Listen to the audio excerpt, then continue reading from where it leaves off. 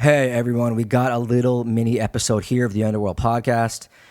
YouTube has kind of been juking our views and our stats lately, so make sure to comment, like, and subscribe for notifications. You know, all that YouTube stuff. So today we are talking about the KavKaz Nation, who were the new thugs in Brighton Beach, New York. That's the Russian neighborhood and one-time ground zero for the Russian mafia in America.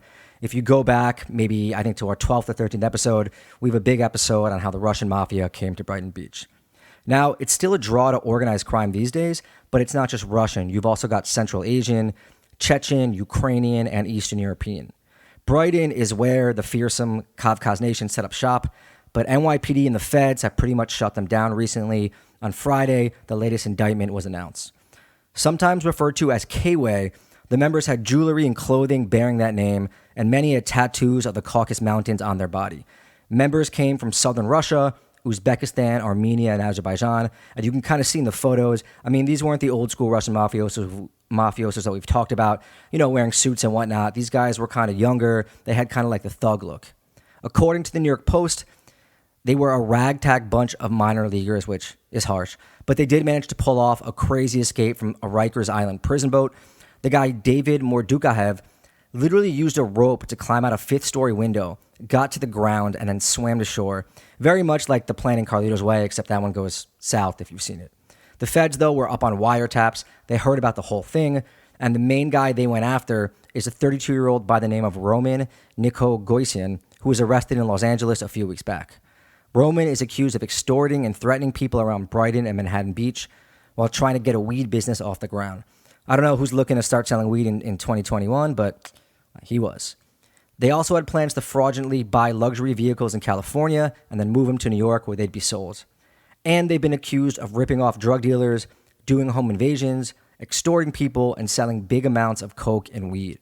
They worked a bit with some Bloods crews, apparently pissed off some of the bigger real deal mafioso organized crime guys in Brighton Beach, like Lenny Gershman, who was a no-nonsense Russian mobster.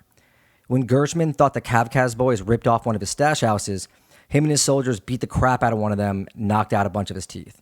Gershman, meanwhile, is serving 16 years in federal lockup for a host of charges, including racketeering, gambling, loan sharking, arson, and extortion. He allegedly took orders all the way from Russia and Eastern Europe from some of the big-timers and ran a high-stakes poker game that could see $800,000 in a single night. He also was fond of going and breaking up other poker games that he thought were competing with his big game. One of the other KavKaz bosses, this guy Natik Nisimov, who operated out of a barbershop, had some trouble when a coke courier for Gershman, they kind of seized on him, they ripped him off, and Nisimov and his boys were about to get dealt with, but he was able to convince Gershman not to stab him, even though Nisimov was eventually killed in 2015 when he was gunned down after being held responsible for the killer's friends being stabbed.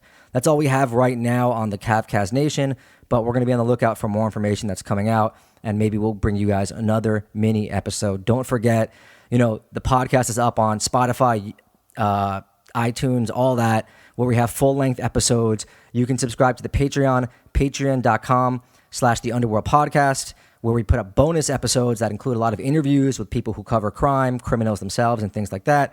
And we have merch and t-shirts for sale at underworldpod.com. Just click the merch button and you can see the Don't Instagram Your Crimes t-shirt, hoodies, mugs, all that good stuff. Thanks again for tuning in.